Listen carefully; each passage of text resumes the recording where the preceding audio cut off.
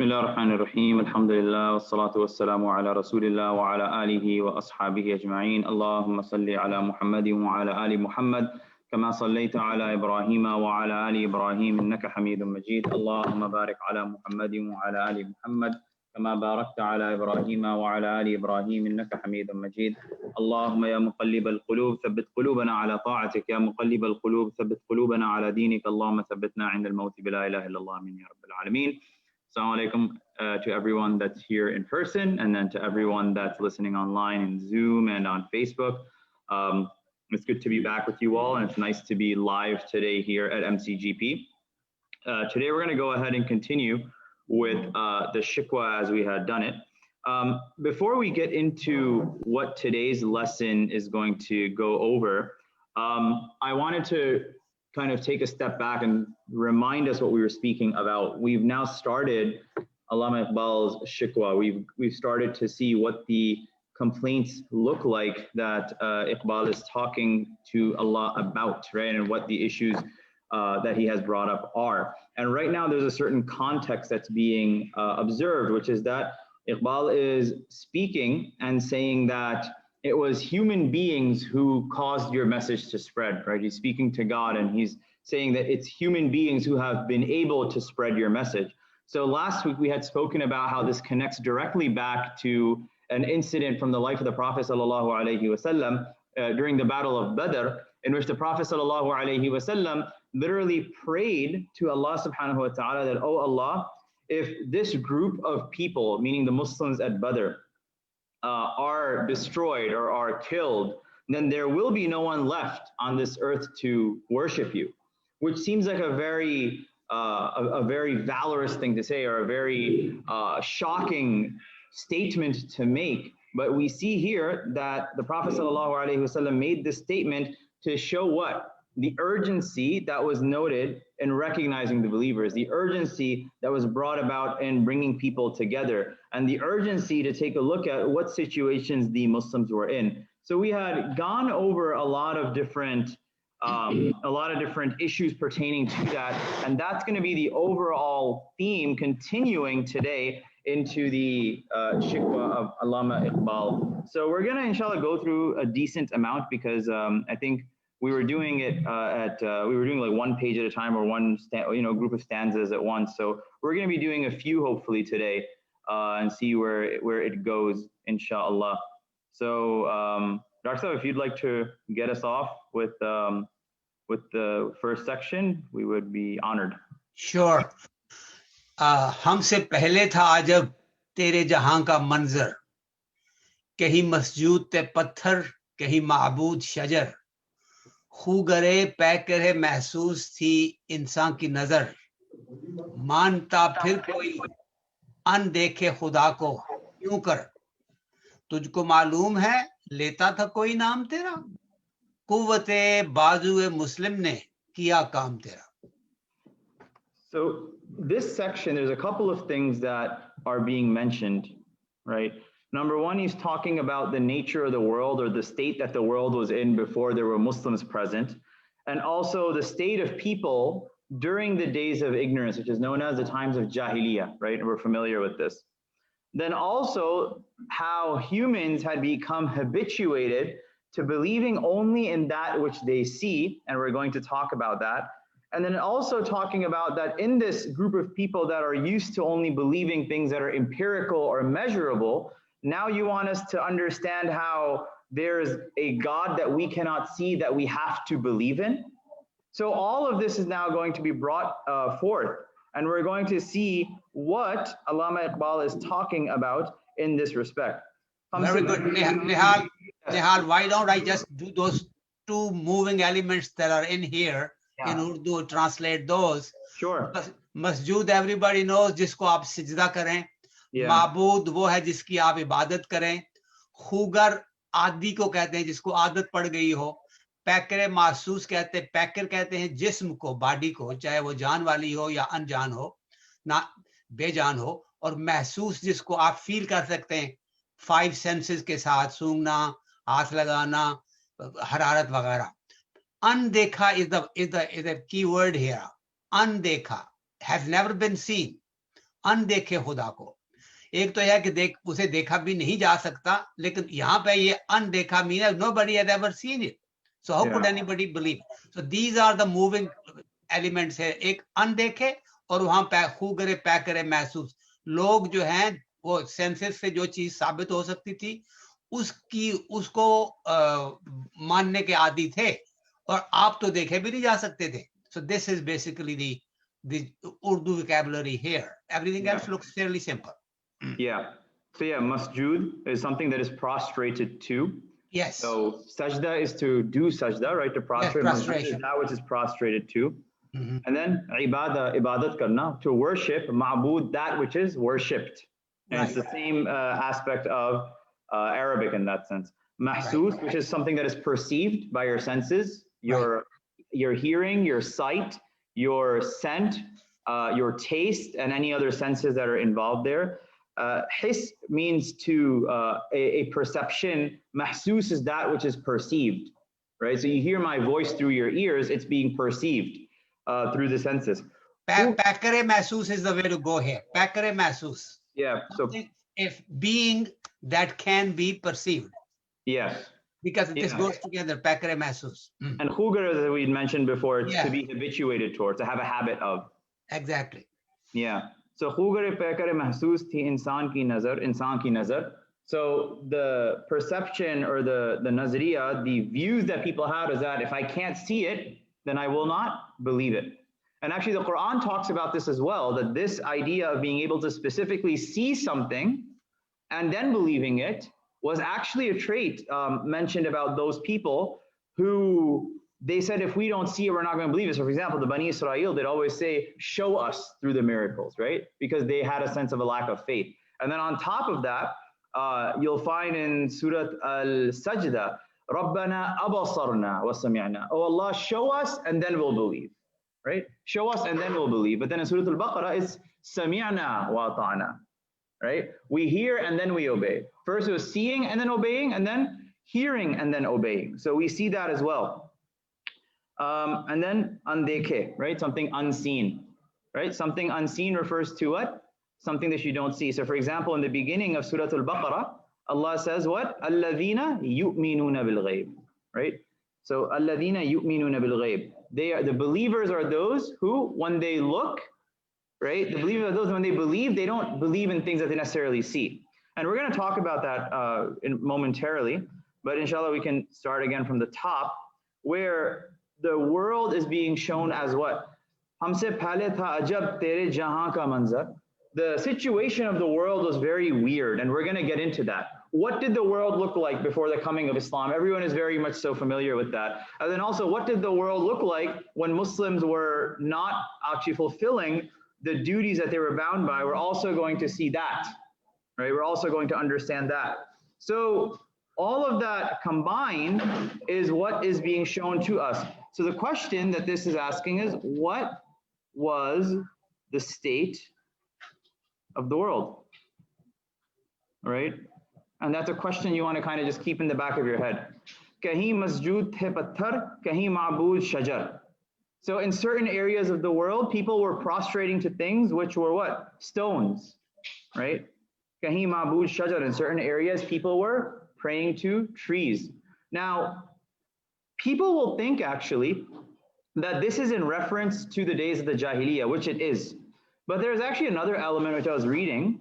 Doctor, this is really interesting. You can inshallah comment on this, but Maulana Abul Hasan Ali Nadwi, rahimahullah, mentioning that when he was actually writing in this retrospect, he was also talking about his time in India. Because in India, everyone, especially amongst Hindus, it was common to obviously worship inanimate objects. So it was actually a double meaning underneath. So he is talking about those days as well. But he's also, Maulana Ali Miah had mentioned that this may refer to also the time that he was living in India, in which people were worshiping things and which were just not animate at all. And it was kind of a meaning rooted in the olden days and also in his modern days. Exactly. And in India, of course, the ancient history and different kind of people with different belief systems, you could all see and read about. So Iqbal was exposed to all of that. This is why he left it, very broad and open. kahin masjid te patthar kahin. So somewhere this was happening, somewhere that was happening, and like. So that's what Iqbal is referring to, that this was what was going on in the world at that time when we showed up for action.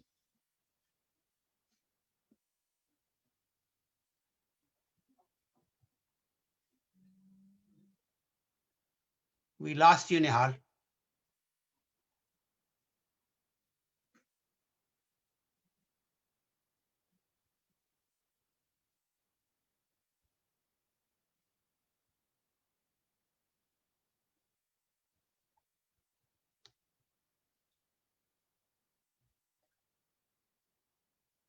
Nihal, are you there? Because we lost your camera.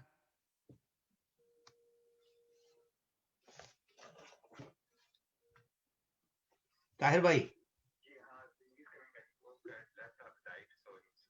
Oh, he's putting. Oh, okay. That's understandable. Okay.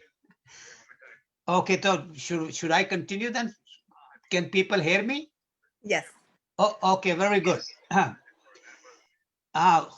You see here, khugare pakare mahsoos is a condition that we have to understand. At that time, people only bowed down to something that they could see. Ji.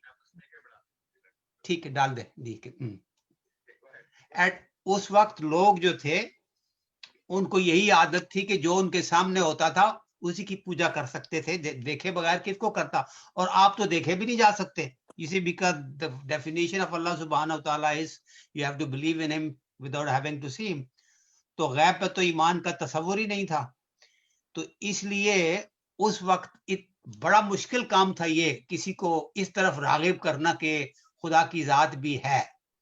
तो इसलिए वो ये preamble है उसका, इकबाल के शिकवे का, बता रहा है देखो जिस सिचुएशन में हमने काम किया है कितनी मुश्किल थी, और उस मुश्किल दौरानिये में उस मुश्किल दौर में हमने तुम्हारे लिए ये खिदमत की हैं. अल्लाह सुब्हानहू व तआला की जात को मुखातिब करके कह रहा है. अभी भी शिकवे की बातें उसने शुरू नहीं की, बता रहा है सिचुएशन क्या थी. अगले बंद के बाद फिर जाके जो उसका एक्चुअल गिला है वो सामने आएगा. तो फिर he asks the question from the deity, from the divine. तुझको मालूम है लेता था कोई नाम तेरा? He says, you know, nobody really knew you. Nobody was mentioning your name. Oh, Nihal is back. Okay, good. Sorry, Dr. Could you finish that thought? I was, and I just run quickly to get the charger. No, I basically completed. I was basically filling it, the sense that actually Iqbal has not yet started his complaint. He's basically making Allah subhanahu wa ta'ala realize the situation when Muslims came into the field. So at that time, he says that nobody, tujhko maloom hai leta tha koi naam tera. He's putting a query to Allah subhanahu wa ta'ala. Do you realize that nobody, was there anybody that even mentioned your name, could know your name? Quvvat-e bazu Muslim ne kiya kaam tera. We are the one that did the work for you. Go ahead now, Nihal, please. Got it. Okay. So, I will have to step out in a minute now. I'm okay. Okay. No problem. Okay. So yeah, that's what's being brought up here. Kahin masjid the patthar, kahin ma'bud shajar. So he's bringing in the reality of the time of the Muslims in the past, but then he's also talking about the situation where he currently was. And if you think about this now, what does that look like for the modern world? In a modern 2020 world, no matter where you are, people may not be making sajda to a rock, or people may not be necessarily worshiping a tree at a grand scale, but people do what? They worship themselves. They worship items. We worship consumerism. We worship social status. So all of these things he's bringing into play here, that people are basically away from Allah. They are away from God. And that's what the reality of the world was. But now this isn't the situation to look at. The situation to look at is that who is going to fix the situation? Meaning what? People were only interested in things if they were openly, straightforwardly, in a manner which it was easy to understand and it was easy to see, and I can perceive it. Okay? I can perceive it. And then the issue there was that मानता फिर कोई अनदेखे खुदा को क्यों कर. If this is a world which is material, this is a world based on what I think is good, what I think is awesome, what I think is respectable, and it has to be right in front of me, and I have to have an experiential idea of it, then what are you trying to do in respect to bring people to understand who you are, Ya Allah? And now here, andekhe, something you don't see. And we'd spoken about this, right? In the Quran, Allah says, alladhina yu'minuna bil ghayb, right? Those people who are believers, right? Yu'minuna bil ghayb, they believe in that which they don't necessarily see, but it's not that they see it, right? It's in ghayb, it's something unseen, maybe unperceptible. So if something is not perceived by the five senses, does that mean at the end of the day that it does not exist? No. It goes back to the same idea. If a tree falls in the forest, does it still make noise? It does, right? If a tree falls in a forest and no one is around to hear it, it still makes noise. But just because you did not witness it does not necessarily mean that it did not happen. And now as believers, we're being told, what? We're being told that to believe in that which we do not perceive is actually a part of Iman. That does not mean that you believe in that which doesn't exist, it's that which you don't necessarily perceive. And that takes a sense of courage. That takes a sense of trust. So that's what's being highlighted here.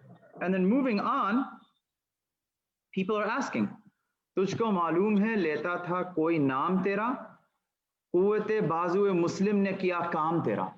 And that's where the response is given. Do you know, are you aware, Tujhko मालूम है, are you aware that was there anyone taking your name, right? Was there anyone taking your name on this earth before us? And technically, like as Dr. Sabit said, he hasn't fully started yet. Right now, what we see is that he's going over it. He's going over what these lines mean, but he's asking a bunch of rhetorical questions. You know, someone saying something? What? I reflashed my car, so I was there. So what we see here is that Allama Iqbal is actually speaking through rhetorical questions. You know, often people look for answers to questions they don't even know. And in the Quran, you know, someone asked, does the Quran have all the answers? No, the Quran has all the questions, right? Finding the answer is our job, but it has all the questions you need to ask. And when someone asks you a rhetorical question, what were you thinking? They're not expecting you to respond. They're expecting you to reflect. They're expecting you to think. They're expecting you to reach out. That's what it is. So now, leta tha koi naam tera? Did anyone on this earth take your name? And then they give the response. Quwwate bazue muslim ne kiya kaam tera.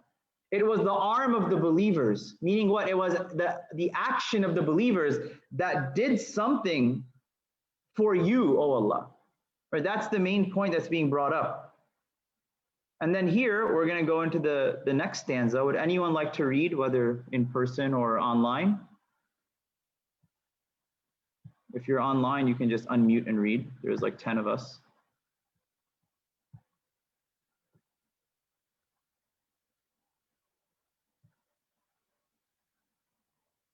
Zija, would you like to read? Okay. Assalamu alaikum. Alaikum salam.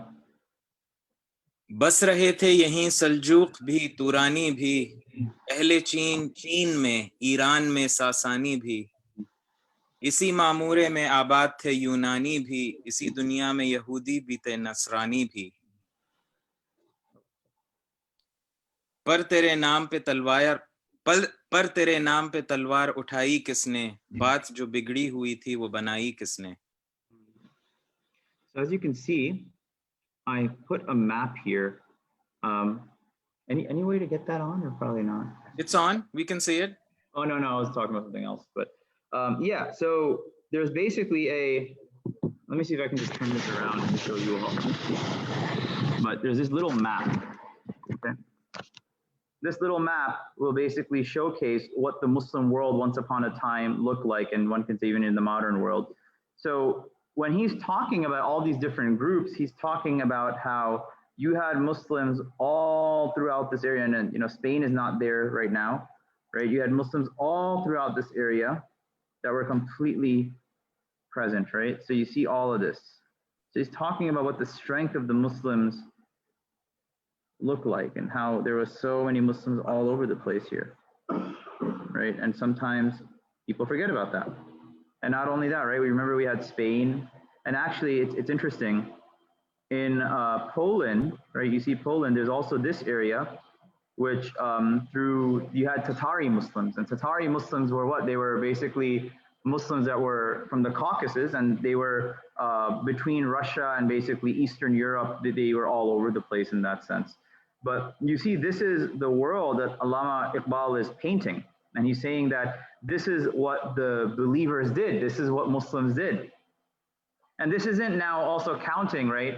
Maybe that I don't know when this map is from, but you have many Muslims in England. You have Muslims that from the African diaspora ended up in France, right? You had, it's actually interesting, a lot of people don't know this, but this is the island of Sicily.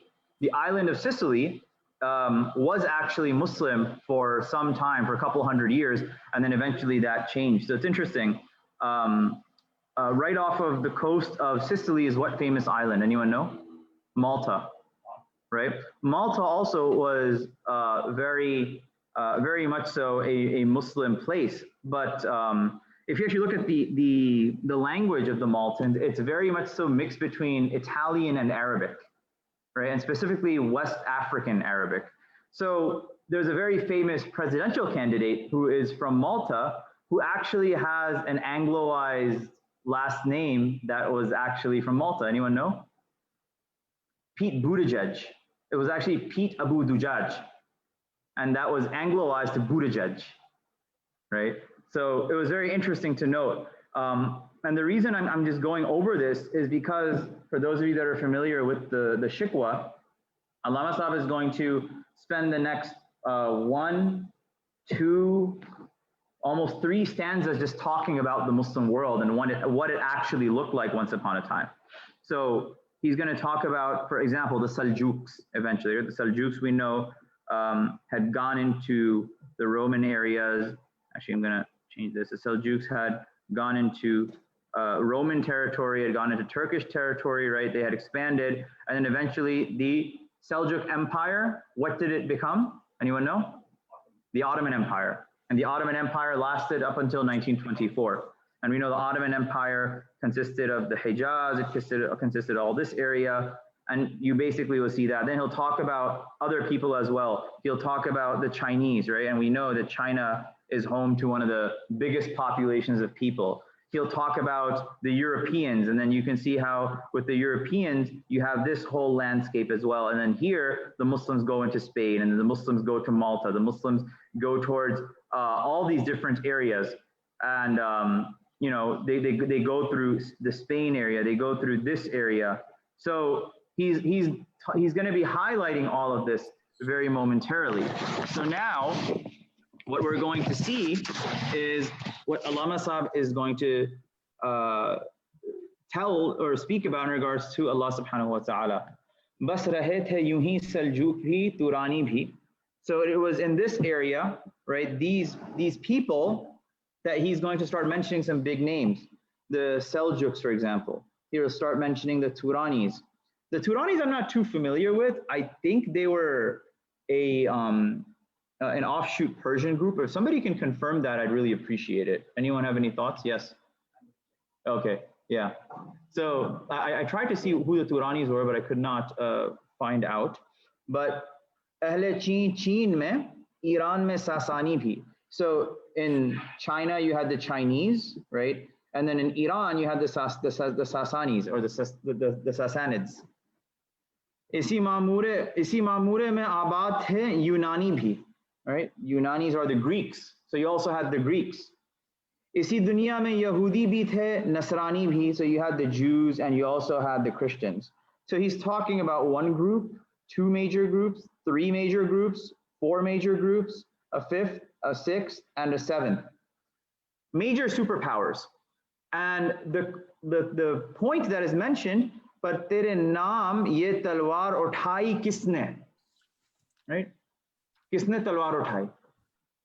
Bazu-e-quwwat bazu-e Muslim is what the last verse was. It was the arm of the strength of the believers. You find it? So prehistoric. Yeah. 2000 BC. 2000 BC, the Turanis. Okay. It was much before, but in Iran.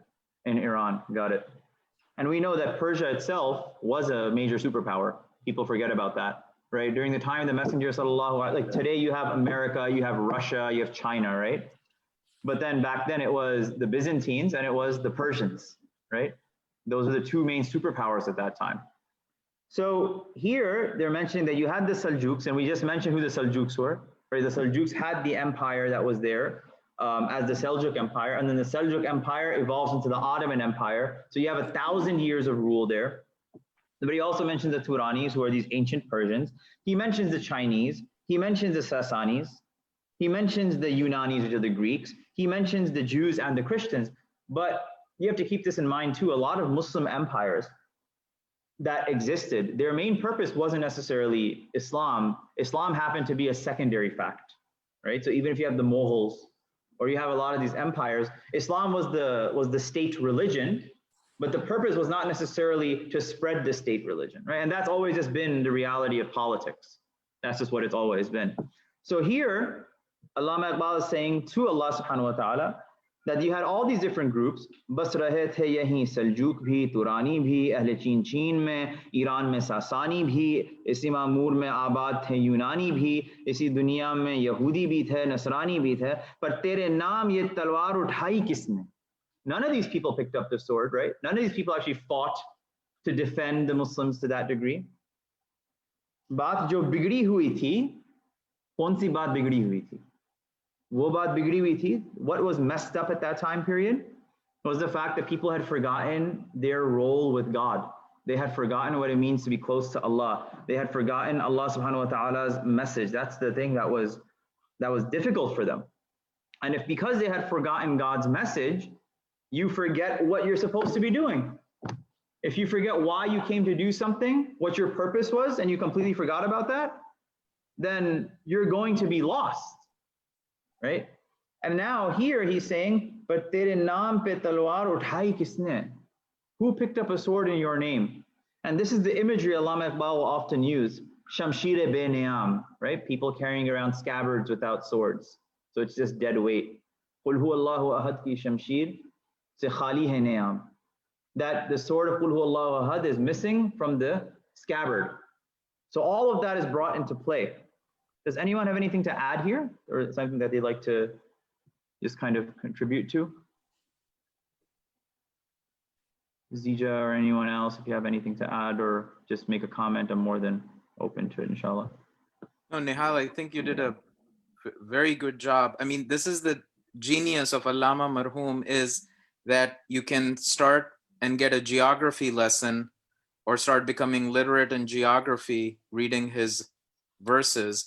His understanding of geography and his knowledge of geography, and I say this without the slightest bit of exaggeration, is on a different trajectory than other human beings or academics. What the geographical places that he lists in his poetry and how they become relevant to his message, it's just it's a miracle of Iqbal, really. He talks about everyone who is a Muslim will come out feeling proud, and because Allama mentioned him, whether you're from China or from an Arab or an Ajam or a Yunani, wherever you're from, in one of his, right, he'll bridge stuff. चीन एक हो मुस्लिम हरम की पासबानी के लिए नील के साहिल से लेकर ताबखा के Kashgar. So he's going from the Nile to the region in China. And he talks about Badakhshan and Bukhara. So his knowledge of geography, and you did a wonderful job. What was great here is putting the map to really visually drive home for Muslims who've lost their touch with history, is that when you say you're a Muslim, do you just think Pakistan or United Arab Emirates or Egypt? Is that all you think? Wake up, this is your history. Yeah, and in the map, yes, sir, Dr. Zaki, you were saying something? I have not read Iqbal so much. Yeah. So Please correct me if I'm wrong, but I've read Ibn Sina, Ibn Rushd, philosophers in the past. When Ibn Sina and Ibn Rushd had the written some of the shit, Yeah. why Muslims are not. Yeah. They somehow, from what I recall, mentioned that Allah subhanahu wa ta'ala, you did all the success, but keep us. But here Iqbal I see, and I may be wrong, maybe correct himself, that we did it for you. Yeah. Not you made us do, you passed it. Thank God, you choose somebody else to do it. Yeah. So is that what Iqbal is touching it, or does it really mean that it's he who did it for you, and now we're not getting the reward or whatever? Or maybe down the line, it is Jawab. Yeah. So for those of you listening online, the question is that other scholars such as Ibn Sina and Ibn Rushd may have brought up the point that what did you mention? That They did have something similar to Shia. Yeah. And that they had a question that God is doing so much, the Muslim Ummah is doing so much. Yeah. We are still not at the peak of why we are not able to convert 100% of the people to Islam, and we are struggling. But they never mentioned that we did it to you, God. Yeah. Therefore, how come we are not getting able to convert everything? Yeah. Yeah. Here I see Iqbal, Allama Iqbal, and again this may just be a superficial. Yeah. That's true, but he's trying to say that we did it for you, God, not that you made us do for you. Yeah. Because ultimately we are not 100% in our power to do anything for God unless you. Right. Like, yeah. So I think that's a relative, and everyone is free to add. But yeah. So I think that's what Allama Iqbal is exactly doing. He's saying that, Ya Allah, we did this for you. So what's going on, right? We kept up our end of the bargain. So I think there was, he had said this before. Shart insaf hai is sahib altaf amim, right? That this is conditional. This justice that we talk about, it takes two hands to clap. That's that's the rhetoric he's utilizing in this area. So I think that is his way of speaking, I think. Yeah. Yeah. Is the beauty with which is building the case. Yeah. So when we talk about like a child and a parent and how, I did my homework, I did my this, I did my all that, and I'm not getting the reward for that. And so that's very, very beautiful and very respectable. Yeah. He's building up this case. So it's really building a case to make the shikwa. Yeah. Yeah. The same case came up with most of Ibn Sina. Right. What he said, and since you mentioned Sorry, can everyone hear the question or no online? No. Okay, I'm just gonna. Yeah, sure. That'll be good. How many people are there with you, Nihal? 7, 8, about 10. 10. MashaAllah. Awesome. Yeah. Can everybody hear me? Yes. This is Dr. Zach. The first question I asked a while ago was that I'm not so familiar with Allama Iqbal, but I've read Ibn Sina and Ibn Rushd and Al-Ghazali and all the past scholars and philosophers. Whenever they had something like shikwa, objection or critique of how Allah subhanahu wa ta'ala is dealing with the Muslims, even in those days, around 1,000 years ago, the maximum they were able to say was that Allah subhanahu wa ta'ala, the Muslim Ummah did so much for you. How come we are still not able to get more victories, including not being able to convert many more people to your religion? But they never said that God, we did it for you, so therefore we need a reward. They always, between the lines, mentioned that Allah subhanahu wa ta'ala, you made us do, you could have chosen somebody else. But thank God you chose us to do this for you. But how come not more? While here, although I'm not an Allama Iqbal, I've not really read him. Very superficially, I've read Allama Iqbal. Here I see the distinction that Allama Iqbal says that Allah subhanahu wa ta'ala, we did it for you. So therefore, we expect this in return. Now, the rationale behind this is this, that Ibn Rushd and Ibn Sina and all the other philosophers felt that if you want justice from somebody who's finite to a finite person, it is correct that you need two to clap, two hands. If there's an infinite deity and an almost zero or infinitely small worshipper, the justice doesn't have to be parallel or proportional to what we think a very mighty God, but still finite, and then a small banda like us for two hands to clap. No? So I think that was the distinction. And again, maybe Iqbal, I think, is very smart. In the end, he may come to it, but I've not read him. So there's an infinitely powerful, smarter, wise creator, and a very small, almost zilch banda. There has to be a distinction between the justice of that entity compared to somebody who's very strong and a weak human. So that is where I think what Ibn Sina and Ibn Rushd and even Al-Ghazali mentioned, that we should not or cannot expect a dad who's stronger than a little 2-year-old kid. Justice, we contemplate his justice. His justice may be even better than what we think we are doing to our kids. That was the only comment. Again, I may be way off. Maybe Iqbal will come to it later on in the Jawab-e-Shikwa. Yeah.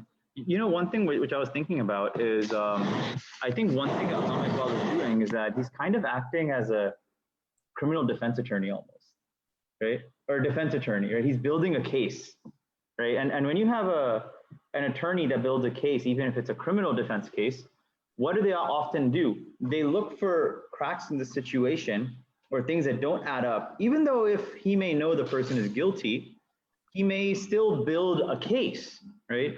So in this situation, is anyone saying that the Muslims have been A-okay and whatnot? I don't think, that hasn't come up yet. But right now he's making a case on behalf of the defendants, you could say. No, absolutely. I absolutely agree. It's a very good case making, whatever you call it. Yeah. But I was astonished to see that Allama Iqbal says, we did it for you. Yeah. That was my only thing, that maybe it was meant in a different way. Yeah.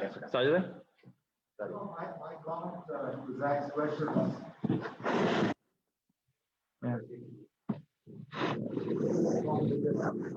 I'm also very ignorant when it comes to Iqbal. Yeah. But my comment to Zach's comments is that, first of all, Ibn Sina and Ibn Rushd were at the zenith of the Muslim empires. Yeah. And Iqbal, Bichara, he's at the nadir point of Muslims. He's kind of, like the Ottoman Empire has just been crushed. His whole world has been upside down. So I don't think he's probably making a case, but it's also like, it's like a very close relationship with Allah. Almost like, you can tell something to your mother, but you may not be able to speak to your father. Yeah. So it's a very close relationship. He's complaining. He's like almost like whining to Allah. Like, look, like, what did we do? And I think Mughal Bhai said it right. I did my homework. I did this. I did A, B, C. But now what happens? And obviously, the reply comes to Jawab-e-Shikwa. Yeah. So that's my Nihal? Yeah. So the points that were raised by the two gentlemen, it gets to the heart of what Allama Marhum is doing. And I'll just share two things. One is for this, remember the share that Maktab-e Ishq ke andaz nirale dekhe, to chutti na mili jisne sabaq yaad kiya. This is often, both teachers and students talk about this, right? That there are mysteries in this world when it comes to making an effort. The student will always come and say, I did this, where's the effort? And the teacher will smile and say, the reward for all this work is more work.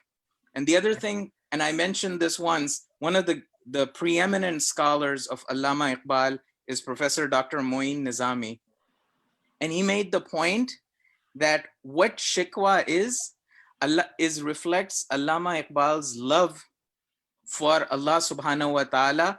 And the love is kind of when a kid does lad with his parents, that it looks as if from afar that the kid is maybe breaching the respect and love, but he isn't. He will come sometimes and raise his voice with his mother because he loves his mother so much, and not with his father, saying, I did this, why are these limitations, whatever. So what comes through in shikwa is the tremendous love, respect, obedience that Allama has for Allah subhanahu wa ta'ala, and hence he's making the shikwa. And the whole thing needs to be read in context. We can't do shikwa and then not read Jawab-e-Shikwa, because every single answer to every single verse and shikwa comes through. MashaAllah, it's very heartening to hear people in this assembly focus in and are cognizant of such nuances that Allama is pointing to. Alhamdulillah. Yeah, please. So Sajid's response.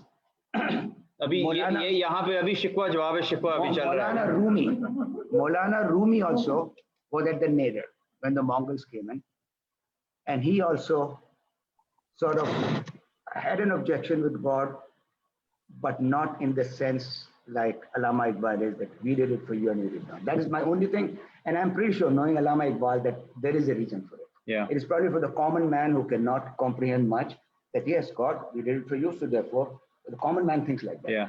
But no, okay. So I'm pretty sure that there is an answer to it. It's just that I've not read Iqbal so deep. So It comes in the jawab. exactly, I'm pretty sure it is. Himself. He asks a question and he's answering himself. Yeah. तो शिकवा हो गया कोई जवाब है? Alhamdulillah. Sounds good. There's one comment. Yeah, please go ahead. Do you mind if can you? Yeah, just so everyone can hear you over here. Yeah, inshallah.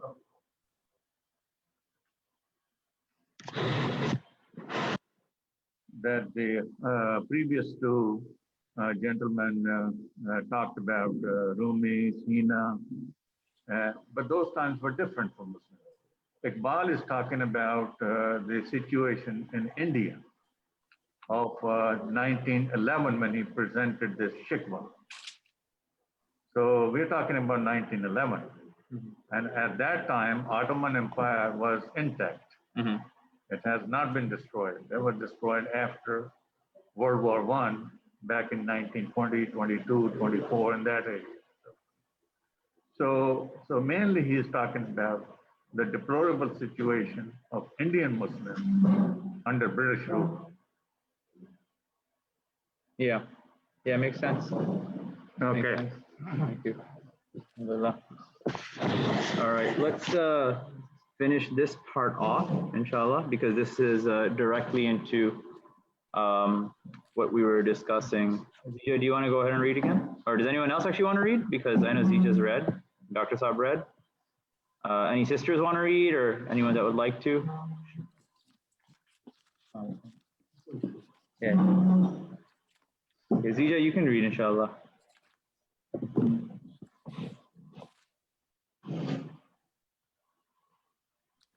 Zija, are you there? Yes. थे हमें एक तेरे मार का आराओं में, खस्कियों में कभी लड़ते कभी दरियाओं में. This next one you can't read without breaking down in tears. दी अजाने कभी यूरोप के कलीसाओं में, कभी अफ्रीका के तपते हुए सहराओं में.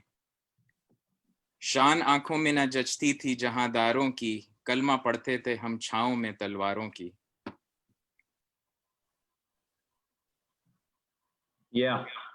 I think there's one more here. No, that's the one. It's the next one. I just realized. I think it's khushkiyon, but I think they got pushed down the dots. Yeah, khushkiyon. You're right. Yeah. But so now we see this. We see how Allama Sahib is now going to talk about and continue that conversation that he had. Right, and he's talking about that we were the ones that fought for you. We were the ones that went out for you.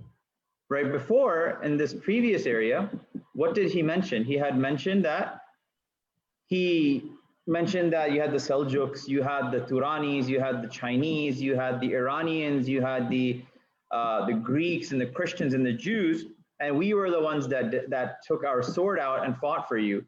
And now he's emphasizing that more, saying that at this point, what people should understand is that we were the ones that went and fought. And not only did we fight, khushkiyon mein kabhi ladte the, right? We used to fight on the land, and then also kabhi daryaon mein ladte the hum log. We used to fight also on ocean. We used to go wherever we could go and fight in those arenas.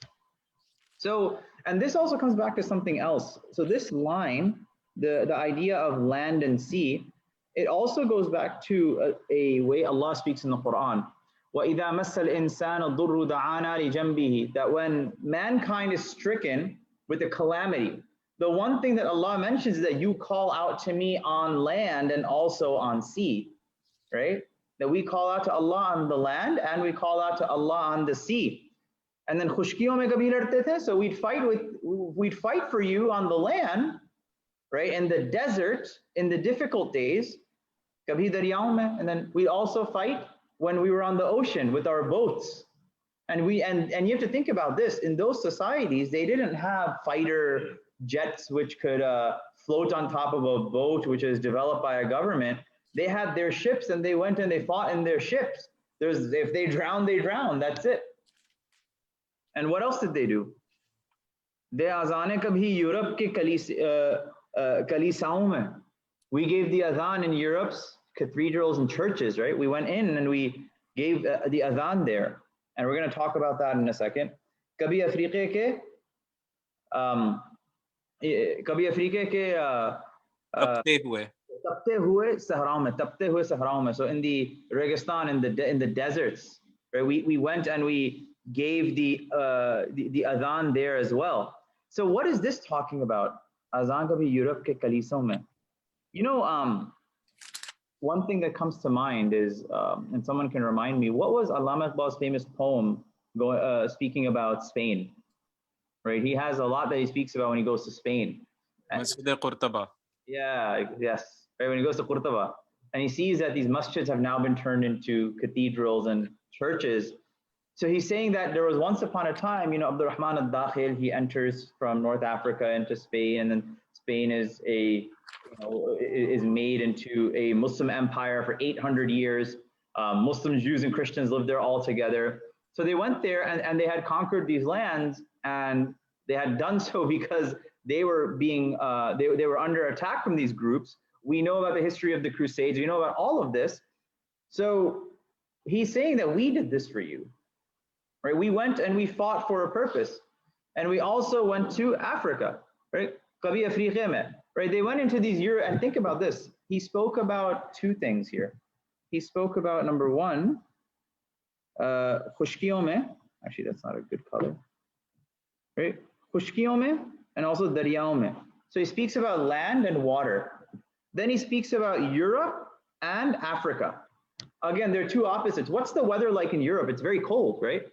It's cold in Europe, but then it's very warm in North Africa, right? In the deserts. So we went to these cold European places, and we also went to these hot African places. So we did whatever we had to do. We had the choice. And now I want you to also keep this in mind.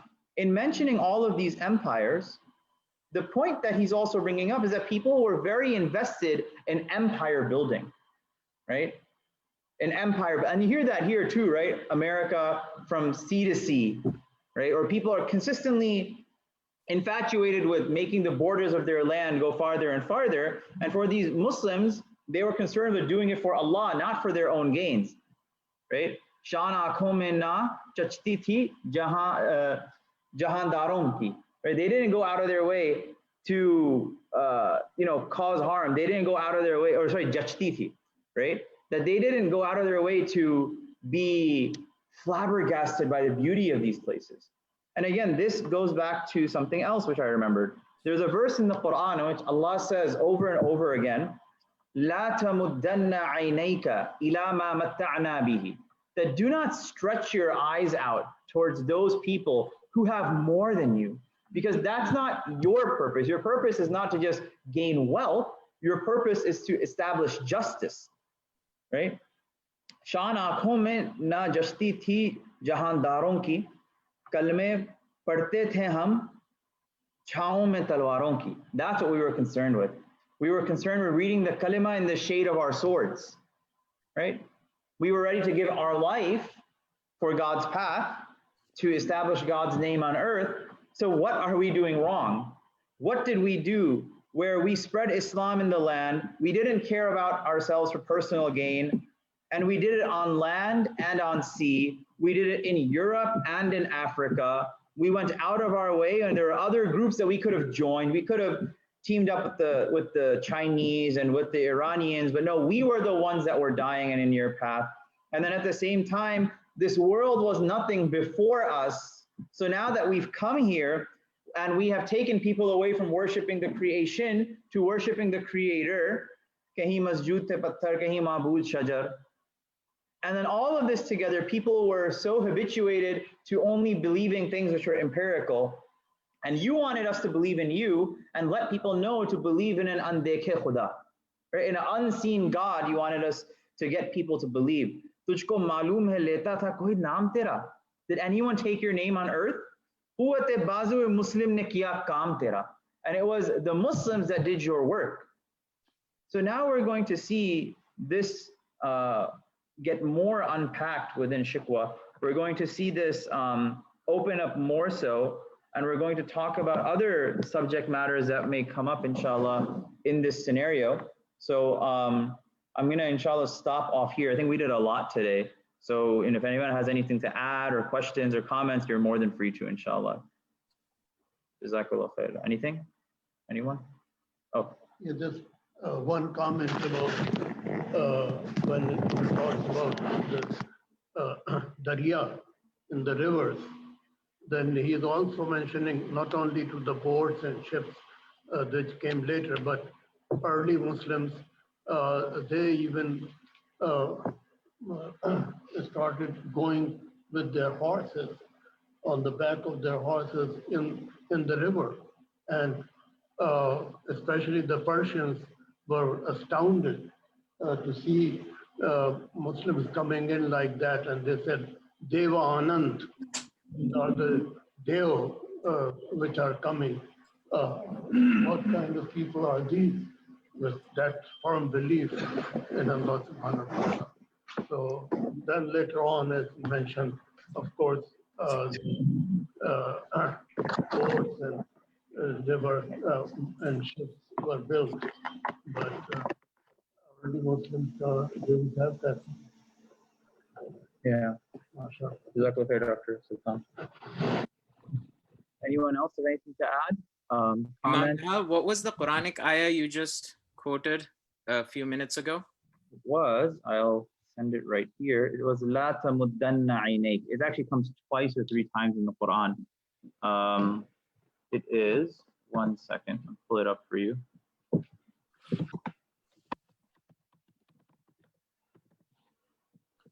It's 1588. Now I should just show it on the screen because we have technology and it's 2020. Yeah. So, لا تمدن عينيك إلى ما متعنا به أزواجا منهم. Right? 1588 is one here. So do not extend your eyes towards that by which we have given enjoyment to certain categories of the disbelievers, and do not grieve over them, and lower your wing of humility to the believers. This was in 1588, Surah Al-Hijr. And then it's mentioned in Surah Al-Taha, in a different way. وَلَا تَمُدَّنَّ عَيْنَيْكَ إِلَى مَا مَتَّعْنَا بِهِ أَزْوَاجًا مِّنْهُمْ زَهْرَةَ الْحَيَاةِ الدُّنْيَا. And do not extend your eyes, and it's specifically saying do not extend your eyes, because you know when you look at something and it's very, very nice, you end up gawking your eyes open, right? I shouldn't do that because I have this interest, but right? But you end up gawking your eyes open. So Allah is literally utilizing that emotion. La tamuddanna aynayka, do not extend your eyes to ila ma mata'na bihi, towards that which we have given enjoyment to those people. Azwajam minhum, right? Certain groups of them, certain pairs of them. Zahrat al-hayat ad-dunya, which is the splendor of the worldly life. But we've given it to them, why? لِنَفْتِنَهُمْ فِي. We've given them these things to test them, to cause trial to enter their life, right? As a famous saying, a modern saying, more money, more problems, right? That's what it's come down to, saying that Allah subhanahu wa ta'ala is testing them with that which they have. What is رَبِّكَ خَيْرٌ? And the provisions of your Lord is better, وَأَبْقَى, and more lasting, and more everlasting. So these are the two verses. So the reason you will appreciate, and every single lover of Allama Marhum will appreciate, and why he's Hakimul Ummah. Yeah. The Allama says in one of his kalam, and it relates exactly to the eyesight, what you're supposed to do with the eyesight, and having control over your eyesight, right? Khaira na kar saka mujhe jalwa-e danish-e farang. surma hai meri aankh ka khake Madina o Najaf. Allama answers this, and this is why he's Hakimul Ummah. He's saying the bedazzlement or the apparent bedazzlement of the West could not dazzle me. Why? Because my eyes are blessed with the dust of Medina and Najaf. Surma hai meri aankh ka khake Medina o Najaf. So when you said that, it just reminded me of that, and this just shows the complete mastery and understanding that Allama had over the Allah Ta'ala's message, the seerah, our history, and the challenges of modernity. Exactly in response to these ayahs is what Allama is saying. And it's so beautiful. Khaira na kar saka mujhe jalwa-e danish-e farang. It had no effect on me. It could not bedazzle me. Why? Because the dust of Medina and Najaf is what beautifies my eyes. Wow. That's a wonderful way to end. Jazakallah khair, everyone. Please join us next week. And I hope you like the format that I utilize with the slides. I mean, I think it'll help a bit more. And if you all have any suggestions, you know how to get in touch with me for the most part. But I hope you're enjoying this journey as much as I am, inshallah. I like to think of myself as someone that can just bring different things together, but you all are the real experts, inshallah. Jazakallah khair. Imam Nihal, just one thing. There is a phenomenal seminar being done on Allama Iqbal at a global level on November 7th and 8th. It is live on Facebook. Some of the most distinguished students and scholars of Allama Iqbal will be there. If I could send it to you, and I don't know how we could send it. It'll be live on Facebook, so there's no registration or anything. Yeah. But for people, I think there would be tremendous benefit for people on that. I just got to post a snippet of it, so I can't figure out how to cut and paste it in the chat box here. Is this on the Allama Iqbal Facebook page? Yeah, the International Iqbal Society has it. And literally the list of people who are there, it's the who's who of the greatest scholars of Iqbal today. Yeah, I'm trying to actually pull it up. Let me see if I can get it. Oh, is it? Yeah, so I'm just opening this up here for anyone that would like to see it. All right. Is it on this page? This one right here? Yeah, I couldn't find it on this. It is associated because these guys are the same. The Facebook live stream is on facebook.com/Allama M Iqbal. This is it right here. So it's here somewhere. Oh, you're seeing it. So if you don't move your screen, go left, left, left, up. That's the flyer. Yep. That one, yes. So it's November 7th and 8th. And, you know, Ahmad Javed Saab is there, Dr. Taqi Abidi, Professor Moeen Nizami, Professor Khurshid Ahmad. These are, you know, some of the greatest alive commentators and scholars of Iqbal in this day and age. Yeah, people from all over, from Pakistan, India, Turkey, Iran, UK, and Canada. Exactly. So Professor Khurshid Rizvi, Fateh Muhammad Malik, Dr. Abdul Haq, Rafiuddin Hashmi, Sharif Baqa, Aslam Ansari, Taqi Abidi, Janab Ahmad Javed, Dr. Moeen Nizami, Dr. Basira Hamreen, Shahid Iqbal Kamran, Ali Raza Ghazwe, Dr. Suhail Umar, Dr. Yusuf Khush, Dr. Wajid Jawad, Tahir Hamid Tanoli, Dr. Khalid Sanjari, and Dr. Ali Tamizal. So there's a bunch of people. So when is it? This is November 7 and 8. November 7 and 8.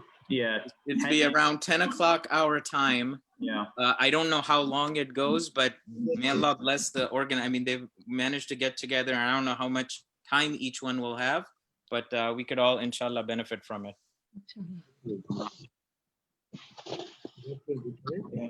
Can we all receive a link? Yeah, I mean, I think what I'll do is I'll just take a thing here, and then I'll put the link over here, and then everyone. If you could forward it. Yeah. So, I don't know if we had the email for everybody. Okay, everyone. Jazakallah khair. Assalamu alaikum. Thank you so much. Thank you.